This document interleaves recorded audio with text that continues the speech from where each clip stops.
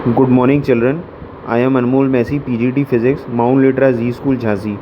Children, in our previous videos, we have completed Ampere circuital law. I have explained you what exactly Ampere circuital law is and what are the various applications of Ampere circuital law. Now, today we are going to start with another law, which is Biot-Savart's law. It is a little complicated than Ampere circuital law. Let us start with it. So this is Biot-Savart's law.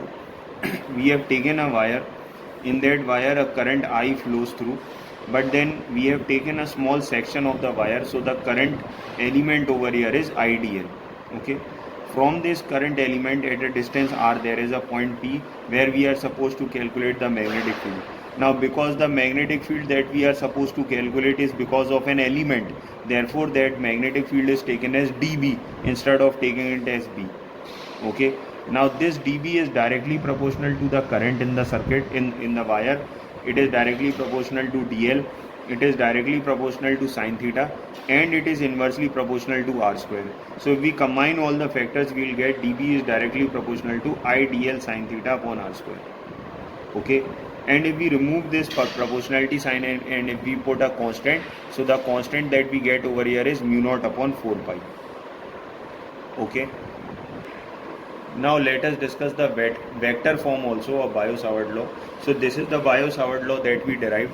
In that law, we are going to multiply it by r cap so that it becomes dB vector. Now we have to put the value of r cap also. So what we will do is we will multiply r with r cap, so we will get r vector. So in this way the value of r cap becomes r vector upon r. We will put this value in place of r cap, so this becomes dB vector is equal to mu naught upon 4 pi I dl, and this becomes in place of r cap, it becomes r vector by r. So here it was r square, now it has become r cube. And since these two are vector quantities, we are multiplying two vector quantities and our result is also a vector quantity, therefore we will write it as cross product. So this is the vector form of Biot-Savart law. Now let us discuss the various applications of Biot-Savart law. So this is the first application that we are going to use. First is magnetic field at the center of a current carrying loop. So this is a circular loop of wire in which current is flowing, and at the center of the loop there is a point P where we are supposed to calculate the magnetic field. So using Biot-Savart law, this is the Biot-Savart law that we derived earlier. In this we will put theta as 90. So this becomes dB is equal to mu naught upon 4 pi I dl upon r square sine 90, and sine 90 is 1. So this is the formula that we are left with. And if we want कि हम ये dB को B बना लें, for that we will put an integration sign. Now while integrating this, it is very clear that we are supposed to integrate with respect to dl. So we will put all the other physical quantities outside, that is mu naught I 4 pi and r square will come outside the integration sign and it would become integration of dl. Now what does integration of dl means?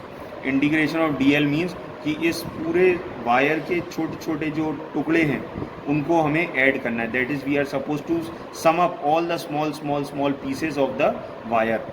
So for that we can use the expression of circumference of a circle. So instead of this integration of dl we can write 2 pi r. So as you can see here, I have written b is equal to mu naught upon 4 pi I upon r square. Instead of integration of dl I have written 2 pi r.